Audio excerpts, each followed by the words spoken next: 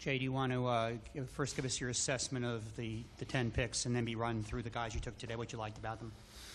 Well, we liked something different about all of them. Obviously, we got Jamison. We liked his big playability. He can return punts. Obviously, that's exciting. Very productive college football player, very tough. And, he's going to be an instant playmaker for us, so that's going to be a good one. Quanjo from Alabama, big physical offensive guard. You talk about offensive line depth. You can never have too many big guys that can move the pile, powerful people. And knowing him and talking to him at the combine, he's a very good person, works very, very hard, very detailed in what he does, and he'll be a good fit for us. Martrell, the linebacker from Arkansas, very productive player, a one-year player, really did some good things in college as a linebacker, physical linebacker. Makes a ton of plays. Very, very productive in the games that he played. Very exciting. Likes to hit. You can see that. He doesn't back down from any contact. And he'll be a player to be reckoned with. I promise you that. Very tough player. And then Kaishan from Virginia Tech, safety.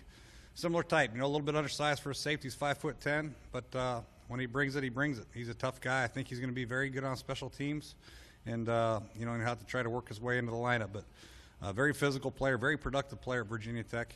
And we like what we saw on tape, and we like, his demeanor and the way he plays. Physically tough, makes up for not being 6'2" or 6'1" by his physical toughness and his ability to play special teams. And then Tevin at Arkansas, did a lot of work on Tevin. He had excellent pro day, has excellent measurables, 6 foot tall, was relegated mostly to play nickel at Arkansas. But, I think with the measurables that he has, there's a role for him. He can run and did some good things at the nickel position. And then Evan Spencer, obviously he's Cole's brother, works here. We know a lot about him, obviously. But he brings a different type of mentality to the receiver room. He's a different type of player. He's a physical player. Excellent special team player. Excellent. And he's going to make that room better. Very, very good, positive, tough football player. And then Austin, with the last pick at South Florida, you watch him on tape and does some really good things. He's a good, solid center, and he'll come in, fit in the mix, and come in and compete like the rest of these guys. And I think, the motto of this draft really is these are all good football players, proven football players, very productive in college, tough, love to play, and we're excited to get to see them. The split's 6-4 offense and 3 offensive linemen, no defensive linemen. If that what you would kind of expected going in? No, it's not what we expected.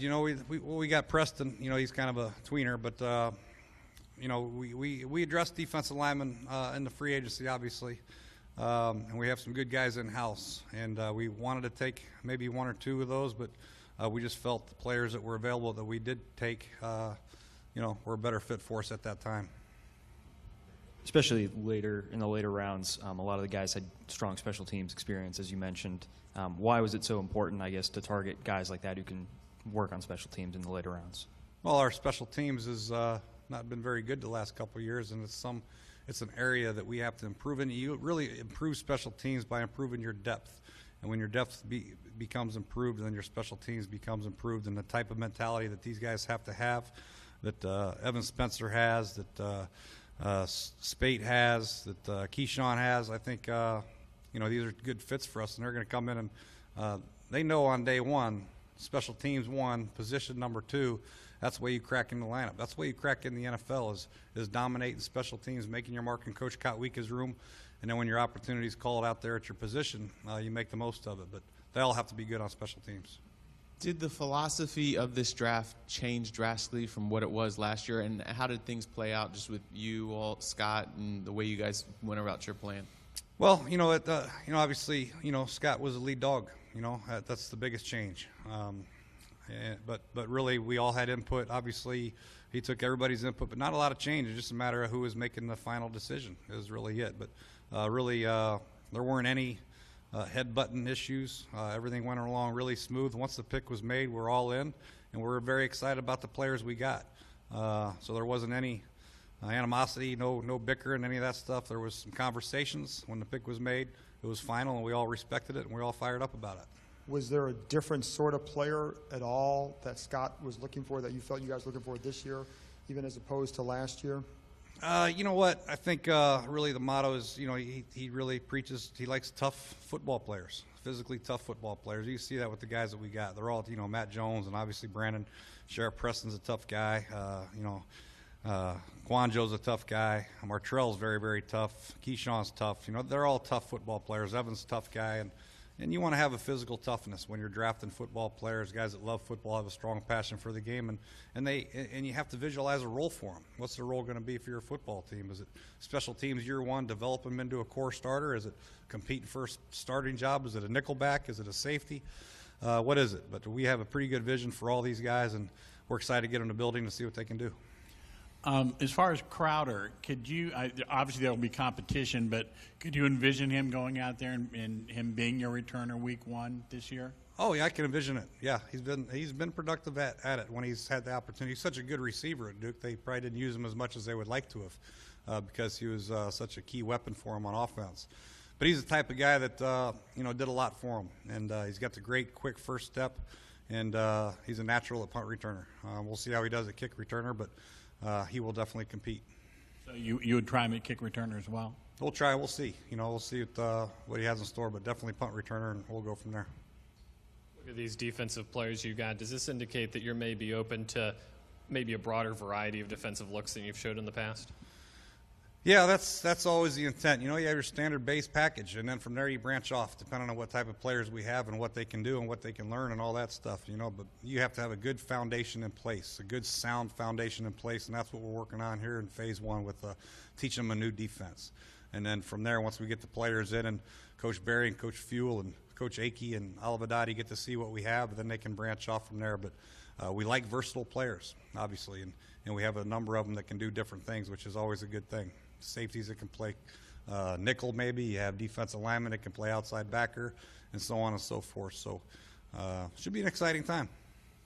My other question is probably more of a Scott question, but you're the guy standing here. We didn't hear a lot about people coming in for visits, that kind of thing. And the players, when we talked to him, said a lot of them didn't come in here, have extensive chats with you guys. What is about maybe his method of gathering information or intelligence that wasn't the thing you guys were looking for? Maybe it was a broader base of intelligence. Well, a lot of times they spend a lot of time with the guys. If we didn't bring somebody in, they spend a lot of time with them either at a bowl game or the combine or what have you, or their pro day.